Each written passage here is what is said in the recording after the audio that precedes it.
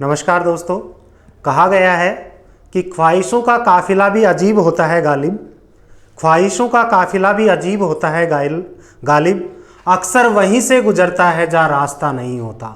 अक्सर वहीं से गुजरता है जहाँ रास्ता नहीं होता। हाथों की लकीरों को मत देख गालिब, या हाथों की लकीरों को मत देख गालिब। किस्मत उनकी भी होती है जिनके हाथ नहीं होते। नमस्कार दोस्तों, मैं डॉक्टर संदीप कुमार स्वामी जागृति क्लासेज के YouTube चैनल पर आपका हार्दिक स्वागत करता हूं।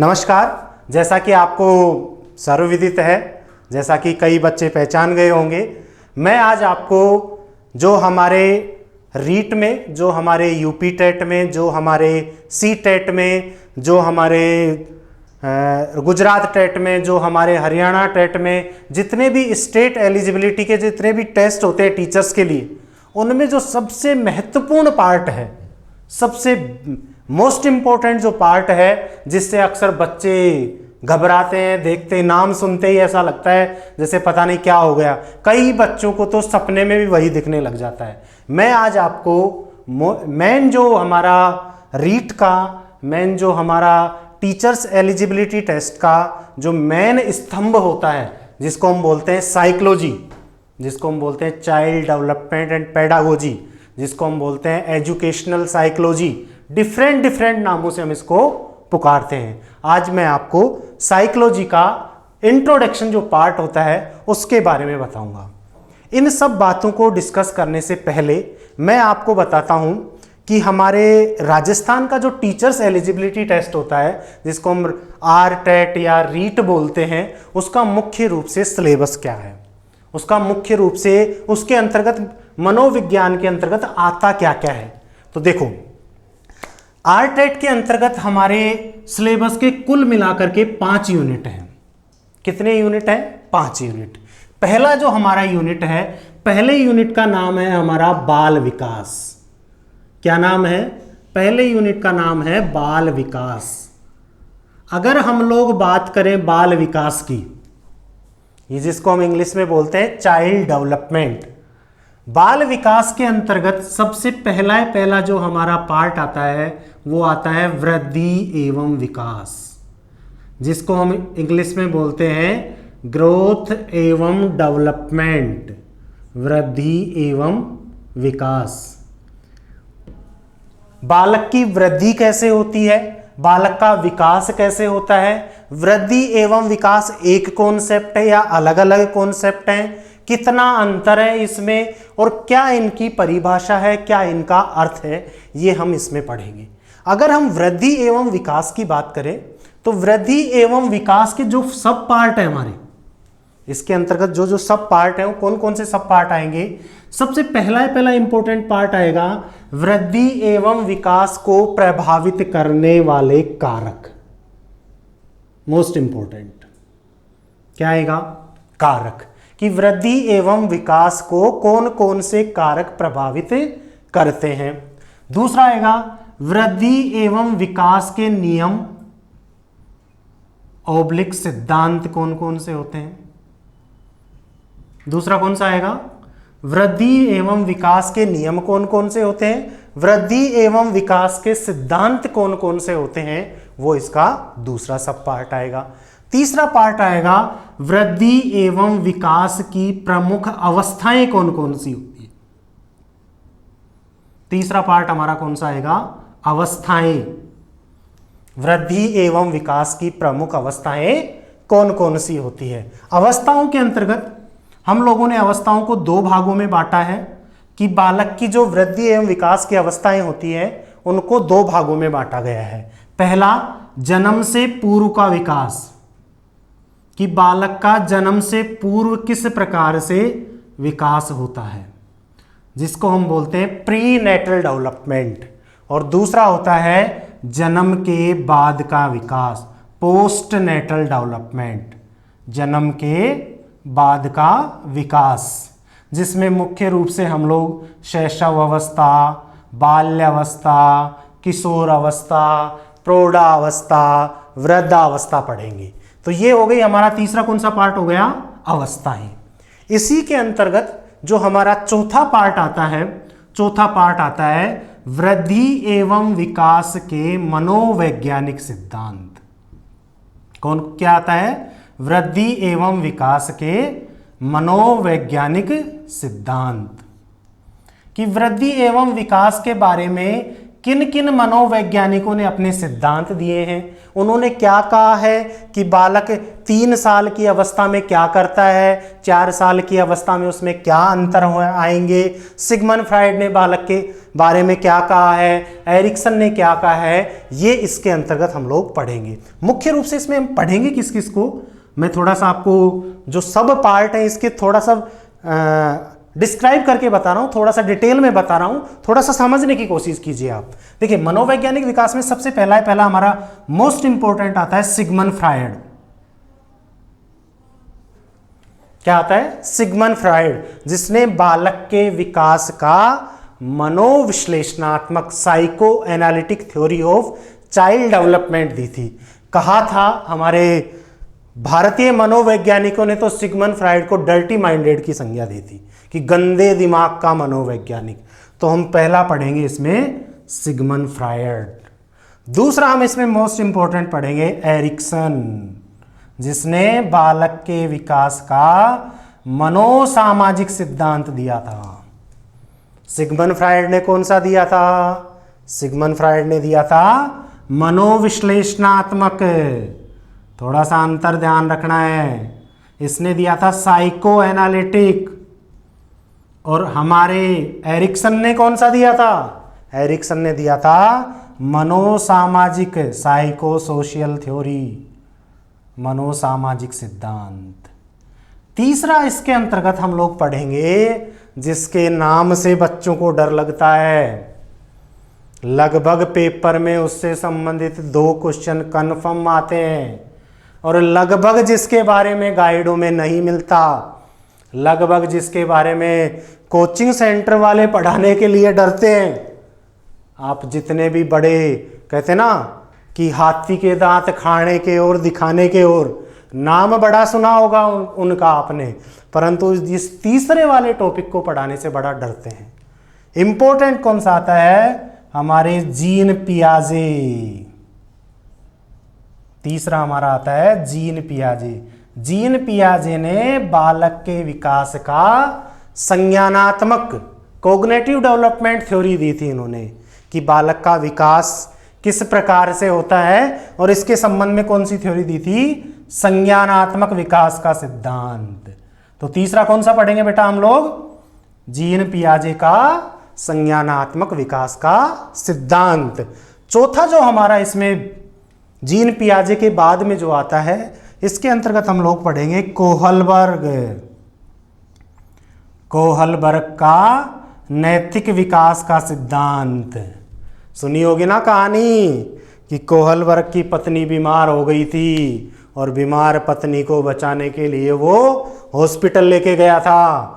हॉस्पिटल वालों ने उसको दवाई लिख के दी थी, और दवाई के लिए उसने जब उसको दवाई से सही तरीके से नहीं मिली, सिंपल वे से नहीं मिली, जो तरीके होते हैं उससे नहीं मिली, तो उसने उस दवाई की चोरी की थी। तो इस प्रकार से कोहलबर्ग ने अपने बालक के विकास का सिद्धांत दिया था, जिसे हम कहते हैं नैतिक विकास का सिद्धांत। कोहलबर्ग का नैतिक विकास का सिद्धांत। हालांकि जीन पियाजे ने भी दिया था नैतिक विकास का सिद्धांत। जीन पियाजे ने भी बालक के नैतिक विकास की 2 अवस्थाएं बताई थी। जब हम पढ़ेंगे इनको तो मैं थोड़ा सा डिस्क्राइब करके बता दूंगा आपको, अभी हम बेसिक देख रहे हैं इसका। तो कोहलबर्ग का मुख्य आता है नैतिक विकास का सिद्धांत। कोहलबर्ग के बाद हमारे एक बड़े अच्छे भाई साहब आते हैं मनोविज्ञान में, जिनका नाम था वायोगोत्स्की। क्या नाम था? वायोगोत्स्की।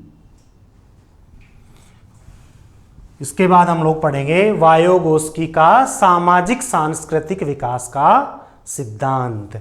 वायोगोत्स्की के बाद हमारे एक मनोवैज्ञानिक आते हैं बंदूरा या बंडूरा, जिन्होंने बालक के विकास का सामाजिक अधिगम का सिद्धांत दिया था। बंदूरा के बाद में हम पढ़ेंगे अब्राहिम मैस्लो। कौन सा पढ़ेंगे? अब्राहम मैस्लो, जिन्होंने बालक के विकास का आवश्यकता पदानुक्रम सिद्धांत दिया था। हम लोगों ने, अगर हम लोग पीछे के पेपर देखें तो एक क्वेश्चन आया हुआ है कि एक माँ ने भूखे होने के कारण अपने बच्चे को बेच दिया। माँ क्या थी? भूखी। क्या कर दिया? बच्चे को बेच दिया। तो ये जो बच्चे को बेचने वाली जो थ्योरी है ना, भूखी होने के कारण, वो किसने दी थी? अब्राहम मैस्लो ने, जिसको हम लोग कहते हैं आवश्यकता पदानुक्रम का सिद्धांत। अब्राहम मैस्लो के बाद हमारे एक मनोवैज्ञानिक आते हैं, गैसेल। कौन से आते हैं? गैसेल। गैसेल ने बालक के विकास का परिपक्वता का सिद्धांत दिया था। गैसेल को पढ़ेंगे। गैसेल के बाद आते हैं हमारे वर्पिलाट महोदय। वर्पिलाट ने बालक के विकास का कौन सा सिद्धांत दिया था? सूचना तंत्र सिद्धांत। कि बालक का जो हमारे जब कांटा चुभता है और कांटे चुभने की सूचना हमें कहाँ मिलती है? चुभता पैर में है, परंतु सूचना कहाँ मिल रही है? हमारे मस्तिष्क में। तो ये जो सूचना का तंत्र है, इस सूचना के तंत्र का विकास किस प्रकार से होता है, वो किसने बताया था? वर्पिलाट ने। और जनरली जो अब हमारे पिछले 2-3 सालों के जो पेपर देखते हैं, उनमें एक नाम और आने लग गया मनोवैज्ञानिक का। उस मनोवैज्ञानिक का नाम है यूरे ब्रानफेनर। क्या नाम है? यूरे ब्रानफेनर। यूरे ब्रानफेनर ने बालक के विकास का पारिस्थितिक तंत्र सिद्धांत का, या बालक के विकास का पारिस्थितिक तंत्र सिद्धांत, ये इन्होंने थ्योरी दी थी। और इसके बाद हम लोग पढ़ेंगे महर्षि पतंजलि। रामदेव वाला नहीं है, कहीं सोच रहे हो तुम कि रामदेव बाबा को कहाँ से ले आए।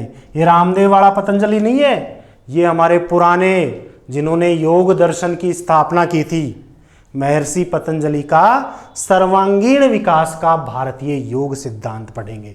ये किस में आते हैं बेटा? पहली यूनिट के चौथे सब पार्ट में वृद्धि एवं विकास के मनोवैज्ञानिक सिद्धांतों के अंतर्गत सिगमंड फ्राइड को पढ़ेंगे, हम एरिक्सन को पढ़ेंगे, जीन पियाजे को पढ़ेंगे, कोहलबर्ग को पढ़ेंगे, गैसेल को पढ़ेंगे, वायोगोत्स्की को पढ़ेंगे, बंदुरा को पढ़ेंगे, अब्राहम मैस्लो को पढ़ेंगे, वर्पिलाट को पढ़ेंगे, यूरे ब्रानफेनर को पढ़ेंगे और महर्षि पतंजलि को पढ़ेंगे। बड़ा अजीब सा लग गया होगा कि गुरुजी ये तो बड़ा सिलेबस तो बड़ा भारी बता दिया आपने। दोस्तों, आपने सुना है ना, हजारों मील का जो रास्ता होता है ना, वो पहले कदम से शुरू होता है। जब तक आप पहला कदम नहीं रखोगे तब तक वो रास्ता आपको हजारों मील का दिखाई देगा, परंतु जैसे ही आपने पहला कदम रख दिया तो हजारों मील का जो रास्ता है वो भी आपको पास में, नजदीक में आता हुआ दिखाई देगा। तो हम लोगों ने देखो, धीरे धीरे हम लोग पहला कदम रखा, दूसरा, धीरे धीरे आ गए ना हम, धीरे धीरे हमारे ये सब चीजें दिमाग में बैठेंगी। तो ये इसका चौथा सब पार्ट हो गया।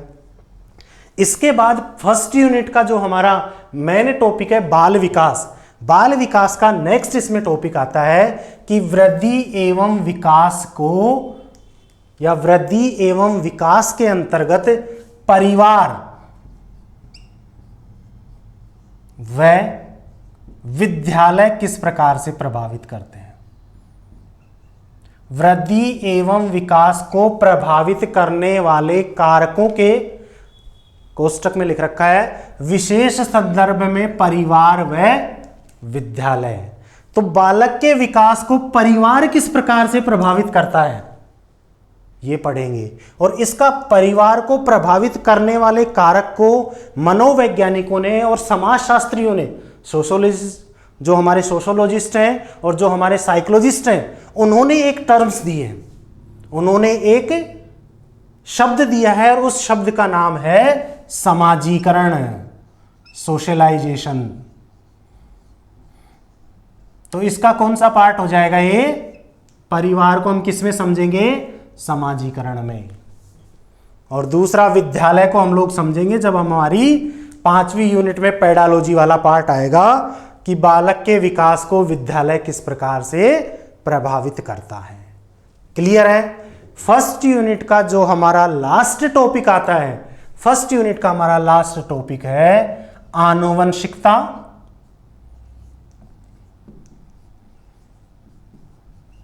आनुवंशिकता व पर्यावरण का बालक के विकास पर क्या प्रभाव पड़ता है। हेरिडिटी एंड एनवायरनमेंट बालक के विकास को किस प्रकार से प्रभावित करता है, ये हमारी फर्स्ट यूनिट है। उम्मीद करता हूँगा, मुझे इतना भरोसा है कि फर्स्ट यूनिट के सारी चीज़ें हमारी क्लियर होंगी कि सिलेबस में क्या है और पढ़ना क्या है हमें। जनरली कई बार मैं डिफरेंट कोचिंग सेंटर्स को भी देखता रहता हूँ, डिफरेंट बच्चों से भी मैं सुनता रहता हूँ, तो जो साइकोलॉजी की स्टार्टिंग करते हैं वो स्टार्टिंग करते हैं अधिगम से, लर्निंग से। जबकि बेटा अधिगम तो हमारे यूनिट सेकंड का पहला टॉपिक है, यूनिट सेकंड का पहला टॉपिक। तो फर्स्ट यूनिट को तो खा जाते हैं, पढ़ाते ही नहीं है। और पेपर में ये जो फर्स्ट यूनिट है, ये बेटा आज तक का रिकॉर्ड है, लगभग 6 से 8 क्वेश्चन आए हैं, लगभग 6 से 8 क्वेश्चन इसमें से आते ही आते हैं। कैसे आते हैं? वृद्धि एवं विकास से संबंधित 2 क्वेश्चन आएंगे, कारकों से संबंधित पूछ सकता है, नियमों से संबंधित पूछ सकता है और अवस्थाओं से संबंधित पूछ सकता है। कन्फर्म है 2 क्वेश्चन आएंगे। ये कन्फर्म याद रखना कि 2 क्वेश्चन जीन पियाजे लेके मरता है, 2 क्वेश्चन जीन पियाजे के आते हैं। और ये भी कन्फर्म याद रखना 1 क्वेश्चन कोहलबर्ग का आएगा, 2 1 कितने हो गए 5। और ये भी कन्फर्म है 1 क्वेश्चन बंदूरा या मैस्लो या यूरे ब्रानफेलर में से पूछता है 6। और 1 या 2 क्वेश्चन आनुवंशिकता और समाजीकरण में से वो पूछेगा ही पूछेगा। कितने क्वेश्चन हुए? 8 क्वेश्चन। लगभग पहली यूनिट में से 8 क्वेश्चन तो मान के ही चलना। हो सकता है 1-2 क्वेश्चन ऊपर नीचे हो जाए, ऐसे मत कहना कि पेपर देने के बाद कि बोला जी साइकोलॉजी वाले संदीप सर ने बताया था कि 8 क्वेश्चन आएंगे और आगे 6 ही। बट जनरली 6 से 8 क्वेश्चन आते ही आते हैं। ठीक है, आ रहा है समझ में? लग रहा है ऑनलाइन नहीं ऑफलाइन ही चल रही है, लग रहा है ना? हाँ, लगना चाहिए। क्लियर है? तो ये है हमारी कौन सी यूनिट फर्स्ट। क्लियर है? अब जब हम आगे बढ़ते हैं तो आगे हमारी आती है यूनिट सेकंड। देखो मैं आज आपको सिलेबस समझा रहा हूं, पहले सिलेबस समझना जरूरी है हमारे लिए, नहीं तो मैं भी आपको चाहूं तो तीसरी यूनिट में से, चाहूं तो चौथी यूनिट में से, चाहूं तो 5वीं यूनिट में से कोई भी मैं एक टॉपिक लेके और आपको पढ़ा सकता हूं। लेकिन नहीं, पहले हमें सिलेबस को समझना जरूरी है कि हमारे अंदर, हमारे सिलेबस में है क्या क्या कंटेंट, आएगा क्या क्या, पढ़ना क्या है हमें, वो हमें समझना जरूरी है।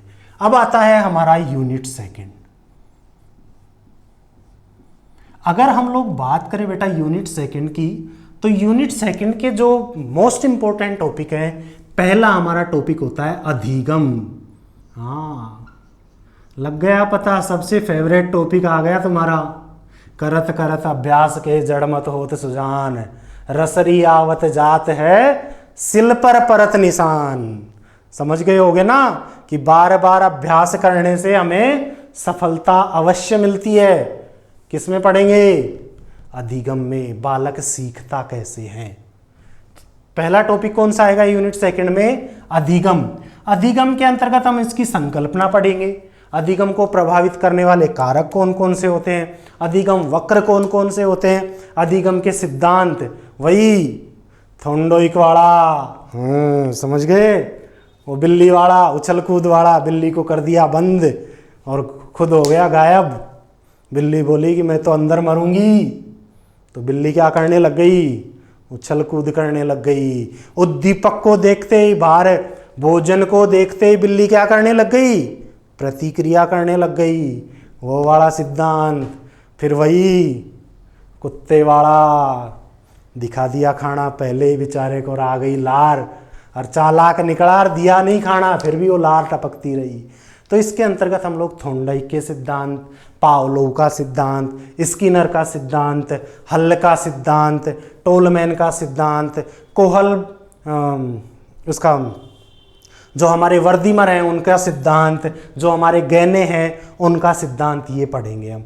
अधिगम की विधियां कौन कौन सी होती हैं, अधिगम के प्रकार कौन कौन से होते हैं, और अधिगम एवं बालक के विकास का क्या संबंध है, ये इसमें हम लोग रिलेट करेंगे। तो दूसरी यूनिट का पहला टॉपिक कौन सा हो गया हमारा, अधिगम, या जिसको हम इंग्लिश में बोलते हैं लर्निंग। इसी के अंतर्गत जो हमारा दूसरा टॉपिक आता है वो आता है अभिप्रेरणा।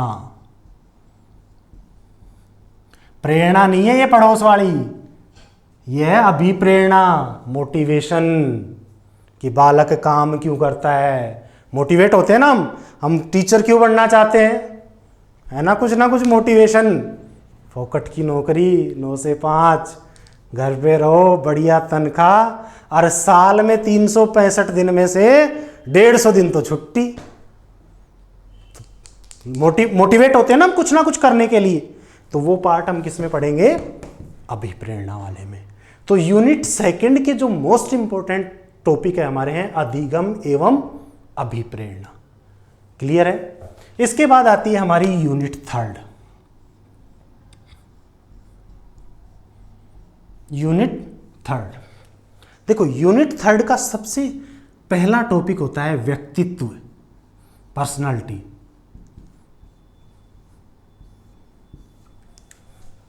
व्यक्तित्व कि हमारी पर्सनालिटी कैसी है। पर्सनालिटी का मतलब होता है कि हमारा मुखौटा, हमारा मास्क, दिखते कुछ, अंदर से होते कुछ और हैं और दिखते कुछ और हैं, वो होता है पर्सनालिटी, व्यक्तित्व। व्यक्तित्व को पढ़ेंगे हम।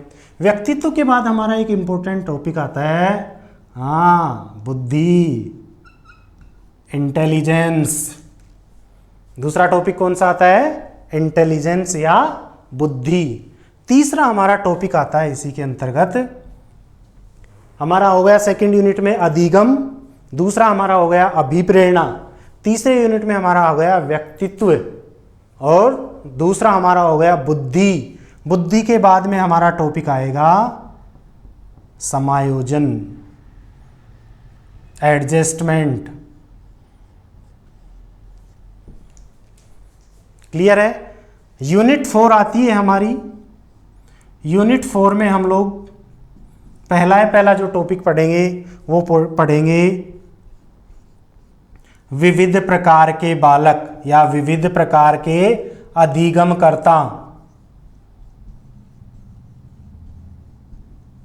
जिसके अंतर्गत सृजनशील बालक, मंदित बालक, पिछड़े हुए बालक, प्रतिभाशाली बालक, ये हम लोग इसमें पढ़ेंगे। इसी में एक टॉपिक आएगा मानसिक विकार, मेंटल डिसऑर्डर। सुने ना मानसिक विकारों के, है तुम्हारे अंदर भी कुछ ना कुछ? हाँ है, मुझे पता है। पढ़ लेते हो थोड़ा सा, कहते हो कि अब तो कलेक्टर बन गए हम। मेंटल डिसऑर्डर कई देखे नहीं है, सोते तो खुद के घर में, और सुबह पहले आप देखोगे तो या तो पड़ोसी के घर में सोते हुए मिलेंगे वो, रात को खोल के कुंदीर चल देते हैं नींदों में ही। नींद में चलने वाली बीमारी, ये मेंटल डिसऑर्डर है। कई व्यक्ति होते तो बड़े पतले से हैं, पतले से होते हैं, खाना बिल्कुल नहीं खाते और ये कहते हैं कि मैं तो बहुत मोटा हो गया। ये होते हैं मैं ईटिंग डिसऑर्डर्स। कई व्यक्ति खाते खूब है, कहते हैं मैं तो अभी पतला हूं, होते हैं मेंटल डिसऑर्डर। तो ये हम किस में पढ़ेंगे, यूनिट 4 में। और यूनिट 4 के बाद में हमारी यूनिट आती है 5। यूनिट 5 हमारी पूरी की पूरी है पेडागोजी, जिसको हम बोलते हैं शिक्षा शास्त्र। क्या बोलते हैं हम, शिक्षा शास्त्र। हमें मनोविज्ञान को रिलेट किससे करना है, एजुकेशन से, शिक्षा से रिलेट करना है हमें। इसके अंतर्गत हम लोग क्या क्या पढ़ेंगे, हमारी शिक्षण विधियां कौन कौन सी हैं, हमारी शिक्षण विधियां कौन कौन सी है। इसके अंतर्गत हम लोग पढ़ेंगे NCF 2005, इसी के अंतर्गत हम लोग पढ़ेंगे RTE 2009, right to education, RTE 2009। इसी के अंतर्गत हम लोग पढ़ेंगे एक्शन रिसर्च, जिसको हम बोलते हैं क्रियात्मक अनुसंधान। क्या बोलते हैं? क्रियात्मक अनुसंधान। और इसी के अंतर्गत हम लोग पढ़ेंगे CCE, सतत एवं व्यापक मूल्यांकन। ये हमारा पांचवी यूनिट का लास्ट टॉपिक है। क्लियर है? हुआ सिलेबस कुछ लगा? समझ में आया कि हमें साइकोलॉजी में पढ़ना क्या है? अभी तक मैं उम्मीद करता हूं कि शायद आपको सिलेबस समझ में आया होगा और ऐसा मन में लगने लग गया होगा कि हाँ, साइकोलॉजी टफ नहीं, साइकोलॉजी इजी है, बहुत इजी है। और अगर आप बिल्कुल आपने सारे कॉन्सेप्ट बेसिक होके चलोगे, बेसिक क्लियर करते चलोगे उनकी, तो मैं इतनी बेटा आपको गारंटी देता हूं कि आप पूरी साइकोलॉजी का जो पेपर है उसको केवल और केवल थोड़ा सा गौर करके पढ़ोगे और थोड़ा सा ध्यान से दोगे, तो ये मेरा आपसे प्रॉमिस है कि 30 में से आपके 28, 29, 30 में से 30 भी नंबर आते हैं, खूब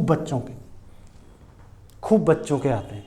तो आप एक बार अपना सिलेबस क्लियर कर लिया, आपने सिलेबस का पता लगा आपको कि आपका सिलेबस कैसा है और सिलेबस में आपको पढ़ना क्या क्या है। क्लियर है? ओके। ये था हमारा सिलेबस वाला पार्ट। अब मैं आपको एक छोटी सी 2 मिनट की कहानी बताता हूँ कि हमारे दैनिक जीवन से संबंधित हमारी समस्याएं क्या क्या आती हैं। क्योंकि देखो, मेरा इस कहानी का बताने का उद्देश्य ये है कि जनरली मैं कई बार बच्चों की कैरियर काउंसलिंग भी करता हूँ कि बच्चे कई बार कहते हैं कि सर हमें पढ़ना क्या है, हमें ये नहीं पता होता है कि हम कहाँ से स्टार्टिंग करें। तो जनरली मैं बच्चों की कैरियर काउंसलिंग भी करता हूँ। तो जनरली जब भी मैं बच्चों से बात करता हूँ, जब भी बातचीत करता हूँ, तो मैं ये पाता हूँ, मैं ये देखता हूँ कि बच्चों के सामने मुख्य रूप से 3 प्रकार के क्वेश्चन आते हैं। बच्चों की जो 3 समस्याएं हैं वो जनरली सभी बच्चों की है और शायद आपकी भी होंगी अगर आप उन समस्याओं को सुनोगे। तो बच्चों की जो पहली समस्या आती है, बच्चे जब भी बातचीत करते हैं मेरे से, जब भी मैं ऑफलाइन क्लासेस में बच्चों से बात करता हूँ, तो बच्चे मुझे समस्याएं बताते हैं। तो उन बच्चों की पहली समस्या है कि गुरुजी हमें पढ़ना क्या है, हमें ये नहीं पता। तो पढ़ना क्या है हमें पता लग गया ना, बिल्कुल पता लग गया हमें। पढ़ना क्या है? साइकोलॉजी पढ़नी है और कुछ पढ़ना है? साइकोलॉजी पढ़नी है। और साइकोलॉजी में भी क्या पढ़ना है? हमने अभी हमारा सिलेबस देखा है। तो पहला क्वेश्चन आता है कि पढ़ना क्या है। दूसरा क्वेश्चन आता है कि पढ़ें कैसे। पढ़ना क्या है पता लग गया, पर दूसरा क्वेश्चन आता है कि पढ़ें कैसे। तीसरा क्वेश्चन आता है, गुरुजी पढ़ तो लेते, खूब पढ़ लिया, याद नहीं रहता।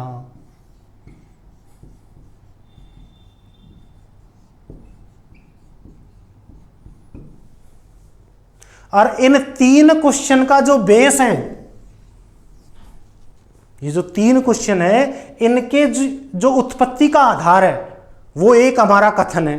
कौन सा कथन है? कि गुरुजी ये सब चीजें तो हो जाएं, परंतु इसकी जो उत्पत्ति का जो मुख्य कारण है, जो हम कई बार युक्तियां देते हैं ना कि लोमड़ी को जब अंगूर नहीं मिले थे तो लोमड़ी ने क्या कहा था कि अंगूर खट्टे हैं। खट्टे होते हैं क्या अंगूर? नहीं होते हैं, अंगूर मीठे होते हैं। परंतु जब अंगूर नहीं मिले तो लोमड़ी ने क्या युक्ति सूझी कि अंगूर खट्टे हैं। हम बोलते हैं ना, नाचना आता नहीं है, क्या बोल देते हैं? नाचने जाने आंगन टेढ़ा।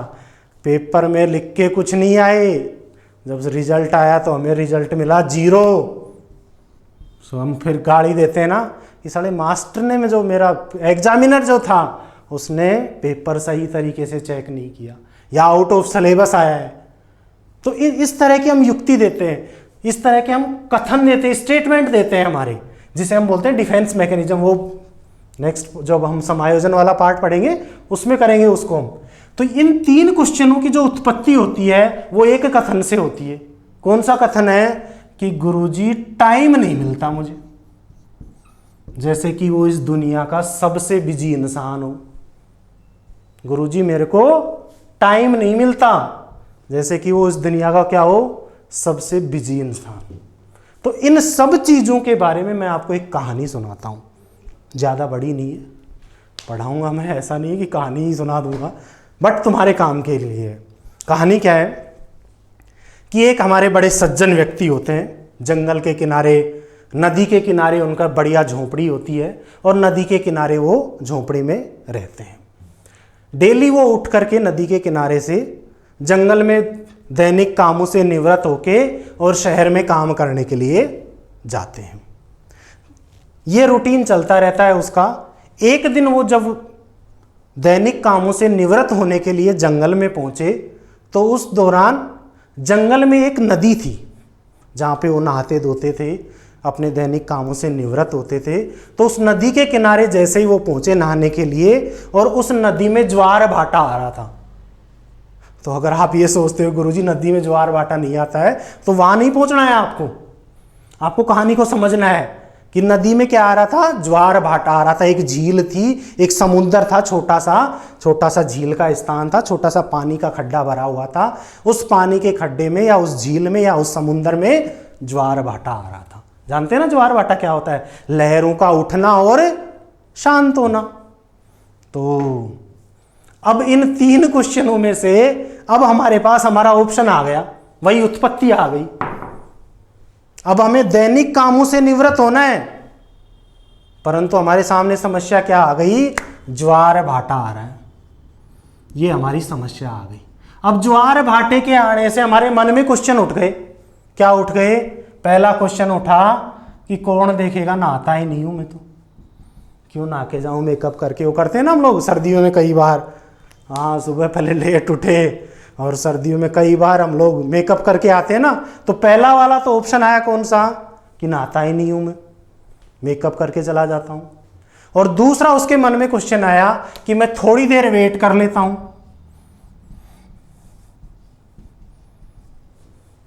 थोड़ी देर वेट करता हूं, अपने सुट्टा उट्टा लगा लेता हूं, बीड़ी पी लेता हूं।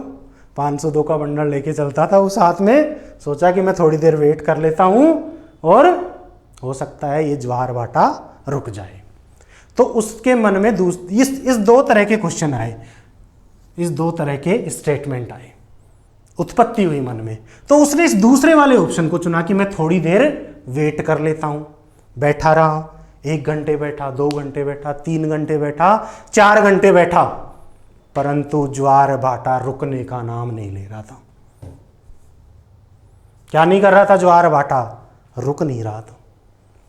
एक ऋषि मुनि वहां से, जो हमारे ऋषि मुनि होते हैं जो जंगलों में रहते हैं, एक ऋषि मुनि वहां से गुजरे और ऋषि मुनि ने उस व्यक्ति को देखा और कारणवश जाकर ये पूछ लिया कि बेटा आप क्यों बैठे हुए हो? आप बैठे क्यों हो यहां? इस तरीके से बैठे हुए हो, आपके चेहरे के एक्सप्रेशन इस तरीके के हैं जैसे आपका सब कुछ शांत हो गया हो, सब कुछ खत्म हो गया हो, कुछ बचा ही नहीं हो, लुट गई हो दुनिया। आप इस तरीके से क्यों बैठे हुए हैं? तो सज्जन व्यक्ति ने प्रणाम किया उनको और बोला, गुरुवर मैं डेली दैनिक कामों से निवृत्त होके जाता हूं और आज जैसे ही मैं यहां पे नदी के किनारे पहुंचा हूं और ये ज्वार भाटा आ रहा है, तो मैं नहाऊं कैसे? मैं नहाऊं कैसे? तो ऋषि मुनि हंसे और बोले कि बेटा, उन्होंने बड़ा अच्छा वाक्य कहा, बड़ा अच्छा कथन था उनका, और यही इस कहानी की शिक्षा है। क्या कहा उन्होंने? कि बेटा ज्वार भाटे का स्वभाव है उठना और शांत होना। ये ज्वार भाटे की प्रकृति है। ज्वार भाटा उठे भीगा और ज्वार भाटा शांत भी होएगा। सेम इसी प्रकार से जब तक आप जब तक आपको 4 लोग कंधे पे उठा के और शमशान घाट नहीं लेके जाएंगे, तब तक आपके सामने हमेशा समस्याएं आती रहेंगी। हमेशा आप यही कहोगे कि पढ़ाई के लिए टाइम नहीं मिलता, पढ़ाई में याद नहीं रहता, पढ़ाई कैसे करें, पढ़ना क्या है। ये लाइफ टाइम आपके साथ ये क्वेश्चन आएंगे। तो ज्वार भाटे का स्वभाव है शांत होना और उठना, ये इसकी प्रकृति है। इस प्रकृति को वो नहीं छोड़ सकता।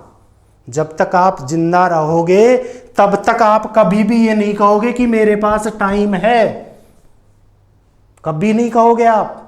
कभी भले आप ऐसा सोचते हो ना कि पेपर से 1 महीने पहले मैं सब कुछ फोन वोन बंद करके और मैं पढ़ने लग जाऊंगा, कभी नहीं होगा। ये स्वभाव है मानव का। समस्याएं हमेशा आपके साथ रहेंगी। कब तक रहेंगी?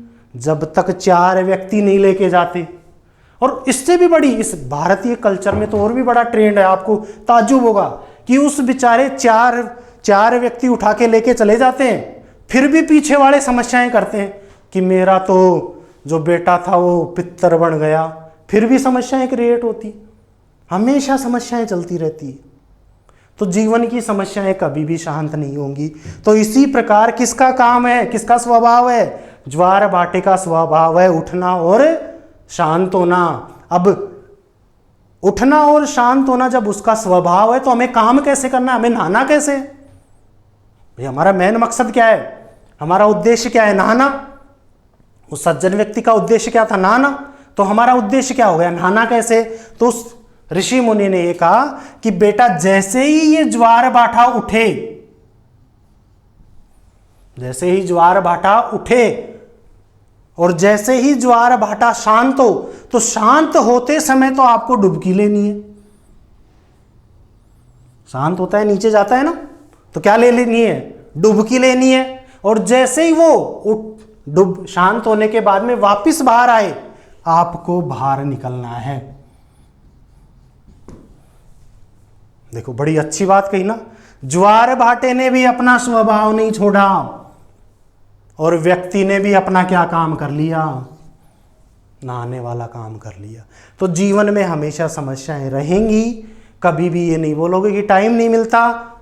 इसलिए हमें करना क्या है? इन्हीं समस्याओं के साथ हमारा टाइम टेबल फिक्स करना है और उसके अकॉर्डिंग हमें पढ़ना है।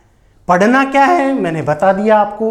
अब पढ़ना कैसे है ये मैं बताऊंगा कि हमें मनोविज्ञान को पढ़ना कैसे। ठीक है, क्लियर? ओके, आ रहा है समझ में या नहीं आ रहा है? सो तो नहीं गए? अरे सो मत जाना, क्या पता सुबह पहले ही तुम लोग सो जाओ और डूब नहीं जाना है साइकोलॉजी में। जिंदा भी रहना है। कहीं तुम आज के दिन ही साइकोलॉजिस्ट बन जाओ और घर वालों को कहो कि ये दुनिया तो मोह माया है। पढ़ाया था एक गुरुजी ने बोला, और वो घर वाले मेरे पास पहुंच जाए, बोला गुरुजी ये क्या है बच्चों को। तो आपको समझना है पढ़ना कैसे हमें। देखो एक रिक्वेस्ट है बेटा आपसे। क्या रिक्वेस्ट है कि एक तो ये बाजार में आपके जितनी भी गाइड है ना, मेरी हाथ जोड़ के विनती है आपसे कि कृपया करके किसी भी गाइड को फॉलो ना करें। कृपया करके किसी भी गाइड को फॉलो ना करें। पढ़ें समझें परंतु फॉलो ना करें। फॉलो क्या करना है हमें? मैं छोटी सी, मतलब ऐसा नहीं कि कोई बड़ी सारी बुक है हमारी, छोटी छोटी चीज़ें बताता हूँ। देखो हमें पढ़ना कहाँ से है? 11th और 12th क्लास की मनोविज्ञान की बुक। 11th और 12th क्लास की किसकी बेटा? मनोविज्ञान की बुक। कौन सी मनोविज्ञान की बुक? एनसीईआरटी की या सीबीएसई की। दूसरा 11th और 12th क्लास की माध्यमिक शिक्षा बोर्ड राजस्थान, माध्यमिक शिक्षा बोर्ड राजस्थान की 11वीं और 12वीं की कौन सी? मनोविज्ञान की किताब। क्लियर है? इसके साथ साथ दो तो ये रेफरेंस हैं पाठ्य पुस्तकें आपकी ये तो पढ़नी पढ़नी है। इसके साथ साथ आपको क्या पढ़ना है, शिक्षा मनोविज्ञान पुस्तक का नाम है, और इस पुस्तक के लेखक हैं अरुण कुमार सिंह। कौन है? अरुण कुमार सिंह। प्रकाशन का नाम है मोतीलाल बनारसी दास, प्रकाशन लखनऊ। ये बुक पढ़नी है। इसके अलावा हमें पढ़ना है रेफरेंस बुक में पीडी पाठक की शिक्षा मनोविज्ञान की बुक। किसकी बुक? पीडी पाठक की। इसके अलावा हमें पढ़ना है एसके मंगल शिक्षा मनोविज्ञान। एक बाजार में फर्जी मंगल और है, उसकी बुक नहीं पढ़नी है। एसके मंगल है रोहतक यूनिवर्सिटी के head of the department, retired head of the department है वो, साइकोलॉजी डिपार्टमेंट के। उनकी पुस्तक का नाम है शिक्षा मनोविज्ञान। बीएड और एसटीसी में पढ़ी है? रहने दो। कितनी पढ़ी है मैं जानता हूं, तुम तो वही लेके आते हो पेपर से 7 दिन पहले, वो जो कैप्सूल आते हैं, क्या क्या आते हैं, स्टैंडर्ड 1 वीक सीरीज, राजा 1 वीक सीरीज, वो लेके आते हो। बट आपको ये फॉलो करना है। क्लियर है? अब आप सोचोगे, कई बच्चों के मन में आ गया होगा कि गुरुजी इतना नहीं पढ़ा जाएगा। अगर आपसे नहीं पढ़ा जाए इतना, तो आप रेगुलर जागृति क्लासेस का यूट्यूब चैनल को देखिए, आपको रेगुलर क्लासें मिलेंगी, और इन सभी का जो सार है वो आपको इस यूट्यूब चैनल पे देखने को मिलेगा। जितने भी नोट्स आपको मिलेंगे, जितने भी आपके प्रैक्टिस सेट होंगे, जितने भी आपके पीडीएफ होगी, सारे के सारे इन बुक्स का निचोड़ है। सब कुछ आप जब भी टॉपिक स्टार्ट करेंगे तब आप देखोगे और समझोगे इसको। क्लियर है? तो हमें हमारा सिलेबस क्या है, हमें क्या पढ़ना है, कहां से पढ़ना है, ये हमने समझ चुके। ठीक है? आया समझ में? नहीं आया? आ रहा है? हाँ, फिर ठीक है। मुझे लगता है कि आपका जो बेसिक चीजें हैं वो क्लियर हो गई होंगी कि रीट में आता क्या है, हमारे टीचर्स में क्या, टीचर्स एलिजिबिलिटी टेस्ट में आता क्या है, यूपी टेट में, सी टेट में। ये कॉमन सिलेबस है सबका। आप किसी भी चीज़ का देखोगे ये कॉमन है, ये चीज़ें सब जगह आती है। यूपी टेट में भी आएगी, राजस्थान टेट में भी आएगी, हरियाणा में भी, गुजरात में भी, एमपी में भी, सब जगह आती है। ये कॉमन है। क्लियर है? अब हम स्टार्ट करते हैं हमारी फर्स्ट यूनिट। क्या नाम था? क्या नाम था बेटा? वृद्धि एवं विकास, ग्रोथ एंड डेवलपमेंट। और जो ग्रोथ एंड डेवलपमेंट है, वृद्धि एवं विकास है, वृद्धि एवं विकास को समझने के लिए, वृद्धि एवं विकास जो चीज है वो है ऊपर की चीज। तो जब हम मकान बनाते हैं तो मकान के हमारे 3 पार्ट होते हैं, अगर पता हो तो आपको। कौन कौन से? एक पार्ट होता है हमारी नींव। नींव के बाद में ऊपर की आती है, पर जो उसके नींव से जस्ट बिल्कुल ऊपर आता है, जो हमें दिखने लग जाता है, दूसरा पार्ट वो। और तीसरा जो उसके बाद स्टार्ट होता है, नींव को छोड़ करके हम छोटी सी दीवार बनाते हैं ना, फिर तो 3 पार्ट होते हैं हमारे। तो इस प्रकार से मनोविज्ञान के भी 3 पार्ट हैं। या वृद्धि एवं विकास जो हमारा पहला टॉपिक है, इसके टॉपिक की मेन बेस है, मेन नींव है। और नींव क्या क्या है, उस नींव में पढ़ना क्या क्या है हमें? उस नींव में सबसे पहला हमें पढ़ना है मनोविज्ञान क्या है। अब कई बच्चों को लग रहा होगा कि ये चीज तो हमने पढ़ी हुई है, ये चीज तो हमें पता है कि मनोविज्ञान की उत्पत्ति ग्रीक भाषा के 2 शब्दों से हुई है। बेटा मैं आपको गारंटी देता हूं, चैलेंज है ये, जिन बच्चों ने पढ़ रखी है, हालांकि मेरे से पढ़ रखे हैं उन बच्चों के लिए चैलेंज नहीं है, जिन बच्चों ने मेरे से, जो बच्चे नहीं पढ़े हैं ऑफलाइन क्लासेस में, उन बच्चों के लिए चैलेंज है। आप इस टॉपिक को, मेरा जो पढ़ाया हुआ टॉपिक है, आप पढ़ के देखो, फिर आपको मिलेगा कि गुरुजी ने क्या पढ़ाया और हमने क्या पढ़ा है। क्योंकि आपके पास जो ज्ञान है ना बेटा, वो केवल और केवल ज्ञान है गाइड का ज्ञान, कि आपने गाइड कौन सी पढ़ी है, इस पब्लिकेशन की पढ़ ली, उस पब्लिकेशन की पढ़ ली, और सब पब्लिकेशन को मिला करके और खुद का पब्लिकेशन बना दिया दिमाग में, और वो पब्लिकेशन ऐसा कंफ्यूज किया कि अभी तक भी कंफ्यूज हो आप। तो हम लोग इसमें पढ़ेंगे मनोविज्ञान क्या है। दूसरा हम इसमें पढ़ेंगे मनोविज्ञान का अर्थ एवं परिभाषाएं।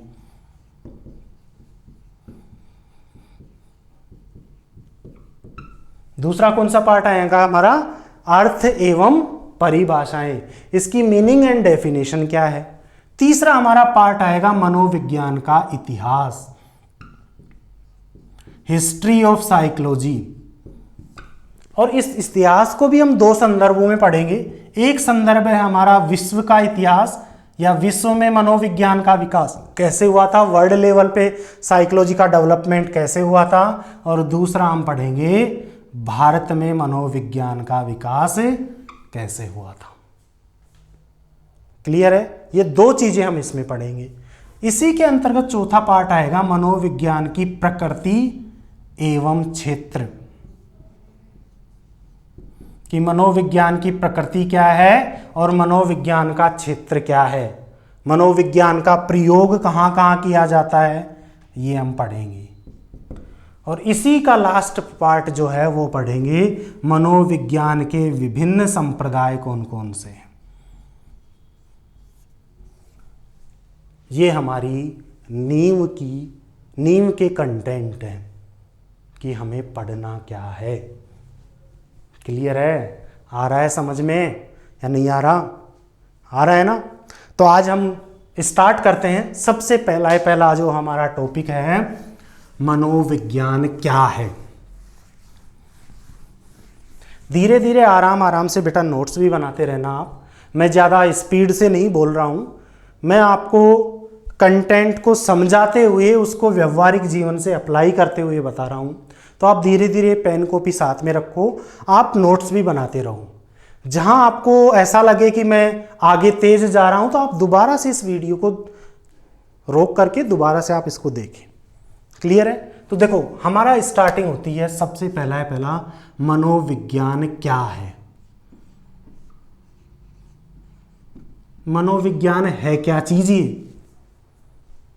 कौन सी बीमारी का नाम है मनोविज्ञान? कहाँ से पैदा हुई है ये, कहाँ से निकल के आई है, इसका ओरिजिन क्या है और है क्या, किसका अध्ययन करता है, ये पहले हमें ये समझना है। देखो मनोविज्ञान है क्या, हमें दो लाइनों में याद रखना है। क्या याद रखना है? कि मनोविज्ञान विज्ञान की वह शाखा है। आराम से सुनना है। क्या है? मनोविज्ञान विज्ञान की वह शाखा। किसकी शाखा है ये? विज्ञान की शाखा है। पहली बात तो जो क्या करती है, जो मुख्य रूप से प्राणियों के व्यवहार, प्राणियों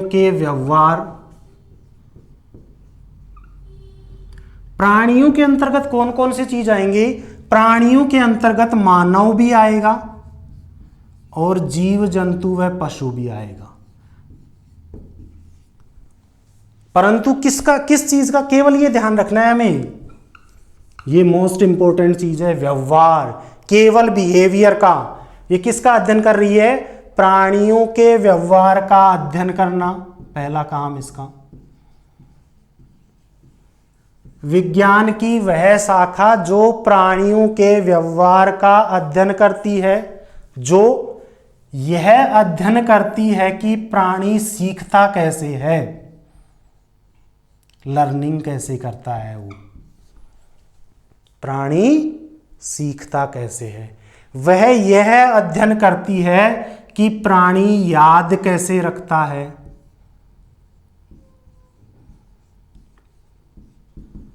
किसी भी चीज को याद कैसे रखता है। वह इस चीज का अध्ययन करती है कि प्राणी सोचता कैसे है, थिंकिंग प्रोसेस क्या है उसकी, तर्क शक्ति करने की क्षमता क्या है उसकी, वो सोचता कैसे है। और इन सब के साथ साथ प्राणी हमारे पर्यावरण के साथ, किसके साथ बेटा? पर्यावरण के साथ अंतः क्रिया किस प्रकार से करता है, इस चीज का अध्ययन कौन करती है? इस चीज का अध्ययन विज्ञान की वह शाखा करती है, उस शाखा का नाम है मनोविज्ञान। क्या नाम है बेटा? मनोविज्ञान। तो मनोविज्ञान है क्या, इसको हम समझते हैं। मनोविज्ञान क्या है, सुनना है, आराम से लिखना है। मनोविज्ञान विज्ञान की वह शाखा है, क्या है? ब्रांच है किसकी? विज्ञान की। वह शाखा है जो प्राणियों के व्यवहार का अध्ययन करती है। किसका अध्ययन करती है? पहली बात, प्राणियों के व्यवहार का अध्ययन करती है।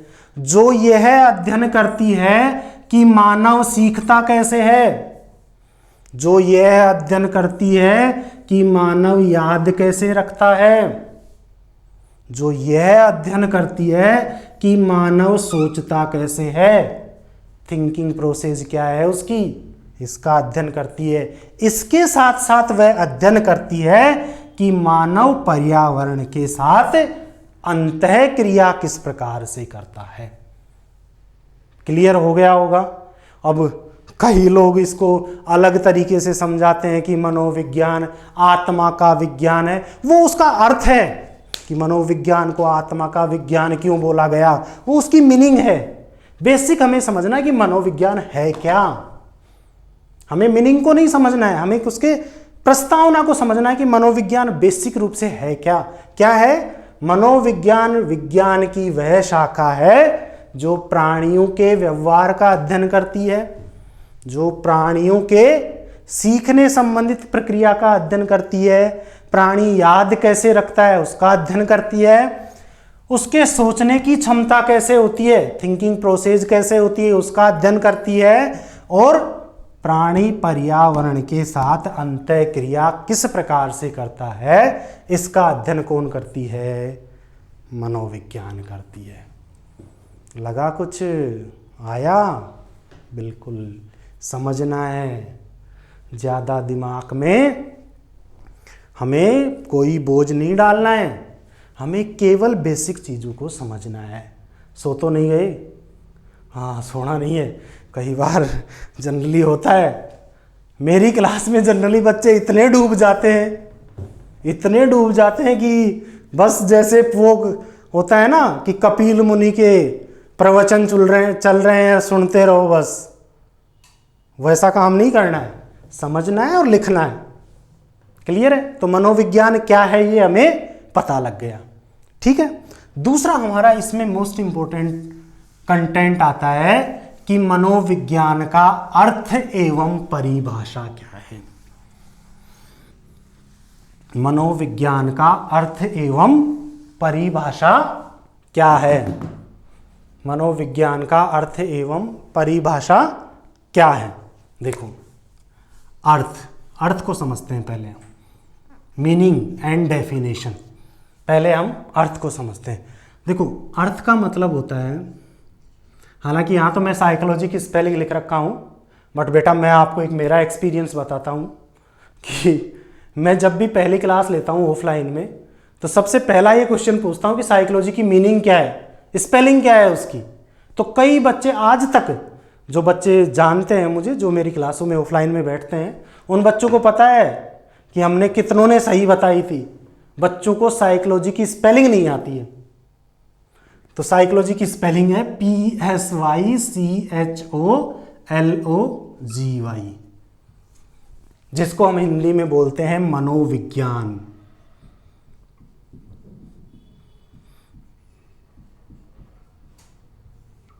देखो, मनोविज्ञान शब्द की जो उत्पत्ति होती है,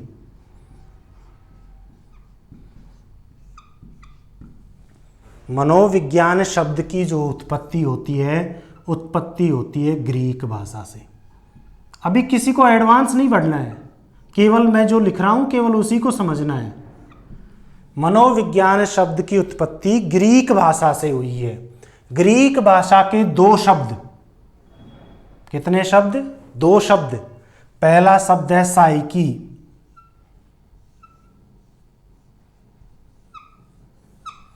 पहला शब्द कौन सा है? साइकी। और दूसरा शब्द है लोगस या लोगोस। कई लोगस बोलते हैं, कई लोगोस बोलते हैं, एक ही बात है। पहला शब्द कौन सा है? साइकी। और दूसरा शब्द कौन सा है? लोगस या लोगोस। कौन सी भाषा से उत्पन्न हुआ है ये? ग्रीक भाषा से। ग्रीक भाषा के दो शब्द, पहला साइकी, दूसरा लोगस। साइकी को जब हम अंग्रेजी में कन्वर्ट करते हैं तो इसका अर्थ होता है सोल। क्या अर्थ होता है? सोल। और लोगस का अंग्रेजी होता है साइंस। इसका अर्थ क्या होता है? साइंस। सोल को हम हिंदी में कहते हैं आत्मा, और साइंस को हम कहते हैं विज्ञान, या कई जगह इसका वर्ड है विवेचना करना। कंफ्यूज मत हो जाना, विवेचना करना। 11th और 12th क्लास की जो NCERT और राजस्थान शिक्षा बोर्ड की जो किताबें हैं, माध्यमिक शिक्षा बोर्ड की, उसमें लिख रखा है विवेचना करना। तो ये कंफ्यूज होने वाला नहीं है, विज्ञान को ही विवेचना बोला है उन्होंने। तो सोल का अर्थ क्या हो गया? आत्मा, और साइंस का अर्थ क्या हो गया? विज्ञान। तो क्या बन गया ये? आत्मा का विज्ञान, या आत्मा के विषय के रूप में जो शास्त्र अध्ययन करता है, या आत्मा का जो अध्ययन करता है, उसे हम क्या कहते हैं? मनोविज्ञान कहते हैं। तो मनोविज्ञान का जो पहला कंटेंट है, जो पहली उत्पत्ति है, वो क्या है? आत्मा, सोल। और जो ये आत्मा शब्द है, ये जो आत्मा शब्द आप जो यहां देख रहे हैं, इस आत्मा शब्द का संबंध है दर्शन शास्त्र से। किससे है? दर्शन शास्त्र से। तो अगर हम लोग ये कहते हैं ना, कई बार हमने ये सुना है ना कि मनोविज्ञान सर्वप्रथम दर्शन शास्त्र विषय के रूप में पढ़ाया जाता था, उसका मुख्य आधार ये है। इसलिए मनोविज्ञान को ये बोला गया था कि मनोविज्ञान दर्शन शास्त्र के रूप में पढ़ाया गया है। क्यों बोला गया है? क्योंकि इसकी उत्पत्ति का जो सोर्स है, उसका अर्थ होता है आत्मा। और आत्मा किस सब्जेक्ट का, किस विषय की कंटेंट है? दर्शन शास्त्र की, फिलोसॉफी की, जिसमें ये सिखाया जाता है, जिसमें ये समझाया जाता है कि आत्मा क्या होती है, परमात्मा क्या होता है, वेद क्या होते हैं, वेद प्रमाणिक हैं या अप्रमाणिक हैं, ईश्वर होता है या नहीं होता, मनुष्य जन्म क्यों लेता है, मरता क्यों है, मनुष्य को कर्मों का फल कैसे मिलता है। इन सब आत्मा परमात्मा के बारे में जो बात होती है, वो कहाँ होती है? दर्शन शास्त्र में होती है। इसलिए हम लोग यहाँ ये कह सकते हैं, हमारा ये नोट डाल के लिख लेना, यहाँ पे इंपॉर्टेंट नोट डाल के लिख लेना। इसलिए मनोविज्ञान विषय की, इसलिए मनोविज्ञान विषय की जननी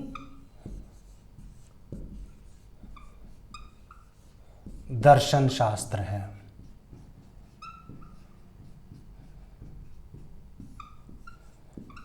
क्या है बेटा?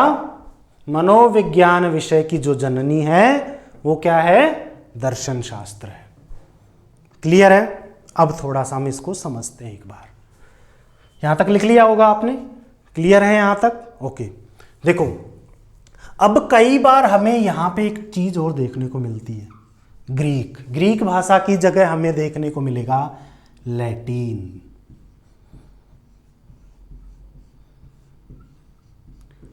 कई बार हमें लैटिन भी नहीं दिखती है, कई बार हमें मिलती है यूनानी।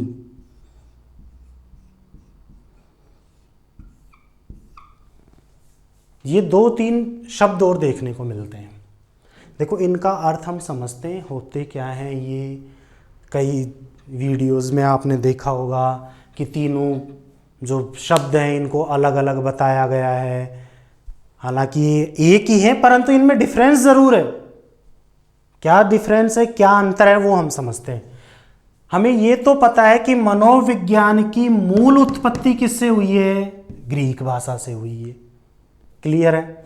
ठीक है, अब देखते हैं। अब मैं एक क्वेश्चन लिखता हूं, इसको करने की कोशिश करते हैं, शायद समझने की भी कोशिश करते हैं हम, तो हमें ये चीजें समझ में आएंगी आराम से। एक हमारा क्वेश्चन है, क्वेश्चन क्या है कि जयपुर की बोली है,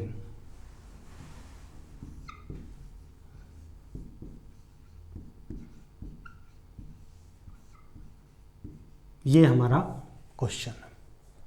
ठीक है, ए हमारा ऑप्शन है हिंदी,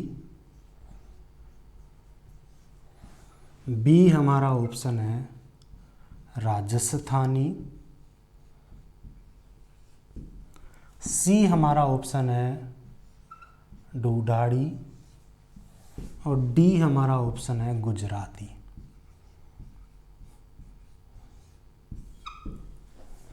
कौन कौन से ऑप्शन है हमारे? पहला ऑप्शन है हमारा जयपुर की बोली है, पहला ऑप्शन क्या है? हिंदी, दूसरा है राजस्थानी, तीसरा है ढूढ़ाड़ी, और चौथा कौन सा है? गुजराती। आया समझ में कुछ?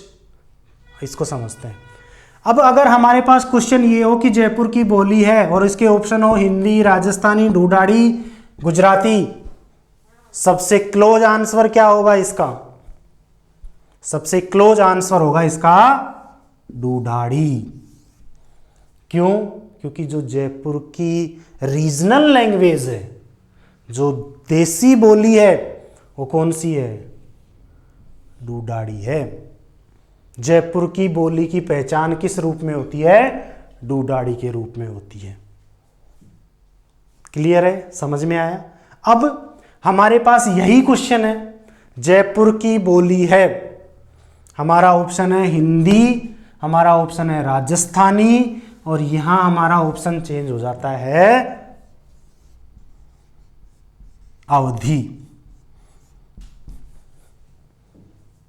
अवध। अवध प्रदेश में बोले जाने वाली भाषा कौन सी है? अवधी। अब ऑप्शन क्या आएगा हमारा?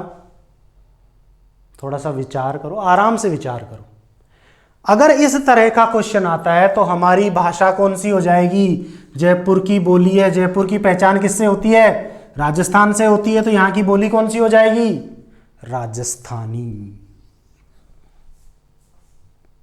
क्लियर है? अगर इस तरह का ऑप्शन आता है तो हमारा आंसर क्या होगा? राजस्थानी। और अगर हमारा ऑप्शन ये नहीं है, यहां पे हमारा ऑप्शन हो गया हरियाणवी।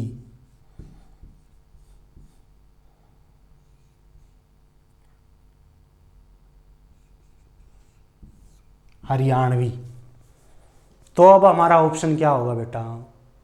अब हमारा ऑप्शन हो जाएगा जयपुर की बोली है हिंदी। कौन सा ऑप्शन हो जाएगा? हिंदी। क्यों हो जाएगा?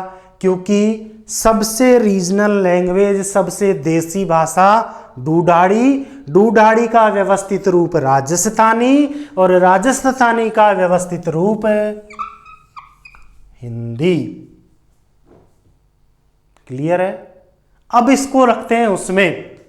अगर हमारा क्वेश्चन आए कि साइकोलॉजी शब्द की उत्पत्ति हुई है, मनोविज्ञान शब्द की उत्पत्ति हुई है, क्वेश्चन लिखता हूं मैं, मनोविज्ञान शब्द की उत्पत्ति हुई है, ये हमारा क्वेश्चन है। ऑप्शन है हमारे ग्रीक, ऑप्शन है हमारा लैटिन, ऑप्शन है हमारा यूनानी, और ऑप्शन है हमारा रूसी। क्या क्या ऑप्शन है? क्वेश्चन क्या है हमारा? मनोविज्ञान शब्द की उत्पत्ति हुई है। मनोविज्ञान शब्द की उत्पत्ति किससे हुई है बेटा? अगर ऑप्शन में ग्रीक हो, अगर ऑप्शन में लैटिन हो, अगर ऑप्शन में यूनानी हो, तो हमें बिना किसी का कंफ्यूजन रखे हुए, बिना कोई कंफ्यूज हुए हमें ऑप्शन पे टिक करना है ग्रीक। क्योंकि मनोविज्ञान शब्द की उत्पत्ति किससे हुई है? ग्रीक भाषा से हुई है। अगर ऑप्शन में हमारे ग्रीक नहीं हो, मान के चलिए यहां पे जो हमारा ऑप्शन है, यहां पे हमारा ऑप्शन चेंज हो गया और यहां पे हमारा ऑप्शन लिख दिया भारतीय, तो हमारा आंसर कौन सा हो जाएगा? तब हमारा आंसर हो जाएगा लैटिन। और ऑप्शन में अगर लैटिन भी नहीं हो, ऑप्शन में क्या नहीं हो? लैटिन भी नहीं हो,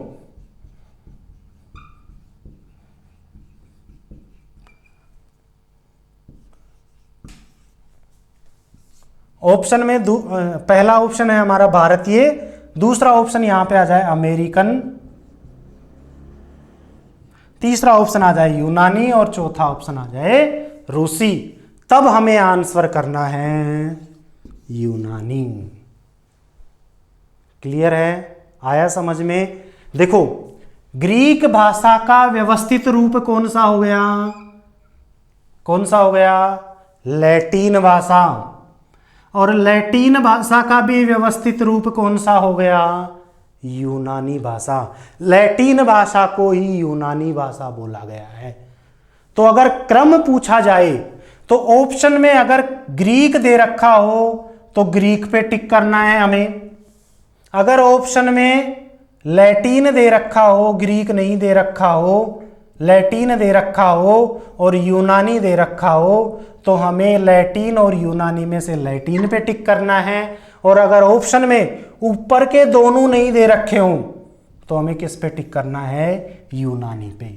तीनों दे रखे हों तो किस पे? ग्रीक पे। दोनों दे रखे हों तो किस पे? लैटिन पे। और दोनों नहीं दे रखे हों तो किस पे? यूनानी पे। अगर ग्रीक और लैटिन भी दे रखा हो तो भी किस पे? ग्रीक पे टिक करना है। क्लियर है? आया समझ में या नहीं आया? बिल्कुल आरपीएससी का पूछा हुआ क्वेश्चन है। यही ऑप्शन थे कि मनोविज्ञान शब्द की उत्पत्ति हुई है। आरपीएससी सेकंड ग्रेड 2010 जाके देख लेना आप, पूछा हुआ क्वेश्चन है कि मनोविज्ञान शब्द की उत्पत्ति हुई है ग्रीक भाषा से, लैटिन भाषा से, अमेरिकन भाषा से और रूसी भाषा से। और बेटा मैं आपको एक फैक्ट बताता हूं, उस समय पे लगभग 90% बच्चों ने टिक किया लैटिन भाषा, और जब आंसर की आई तो आंसर की में उत्तर था उसका ग्रीक भाषा। बड़े आरपीएससी के पास ऑब्जेक्शन गए, ढेरों के ढेरों ऑब्जेक्शन भेज दिए कोचिंग वालों ने। बोला जी हमने फलाना पब्लिकेशन की बुक पढ़ी थी और उस पब्लिकेशन में लिखा हुआ है कि मनोविज्ञान शब्द की उत्पत्ति लैटिन भाषा के 2 शब्दों से मिलकर हुई है, इसलिए इसका राइट आंसर होना चाहिए लैटिन। आरपीएससी बोला मैं किसी पब्लिकेशन को नहीं मानता, मैं केवल मानता हूं माध्यमिक शिक्षा बोर्ड की बुक्स को और एनसीईआरटी की बुक्स को। तो अगर आप उन बुक्स में देखोगे तो उन बुक्स में क्लियर लिखा हुआ है कि मनोविज्ञान शब्द की उत्पत्ति ग्रीक भाषा के 2 शब्दों से मिलकर हुई है। क्लियर है? तो हमें कैसे ध्यान रखना है? पहला ग्रीक, दूसरा लैटिन और तीसरा यूनानी। ये हमारा सीरियल क्रम रहेगा। क्लियर है? यहां तक आया समझ में? अर्थ समझ में आया? ग्रीक और लैटिन और यूनानी में भी अर्थ समझ में आ गया होगा। क्लियर है? आज की क्लास हम यहीं पे समाप्त करते हैं। उम्मीद करता हूं आप सब लोग घर पे होंगे, सुरक्षित होंगे, और भगवान से दुआ करता हूं कि जल्दी ही हम लोग हमारे जागृति क्लासेस के ऑफलाइन क्लासों में मिलेंगे। हम उम्मीद करते हैं कि आप जितना हो सके इस चैनल को सब्सक्राइब कीजिए, इस चैनल को शेयर कीजिए, अपने दोस्तों को इस चैनल के बारे में बताइए। हमारे जितने भी रीट से संबंधित, पुलिस से संबंधित, पटवार से संबंधित जितने भी टॉपिक्स हैं, आप उन सब टॉपिक्स को एक बार पढ़िए, उन सब टॉपिक्स का एक बार आप वीडियो देखिए, दूसरे से कंपेयर कीजिए और ये चेक कीजिए कि कंटेंट किस में अच्छा है, और उसके बाद आप अपने नोट्स बनाना चालू कीजिए। जब तक के लिए आप घर पे रहिए, सेफ रहिए, सुरक्षित रहिए। जय हिंद, मिलते हैं।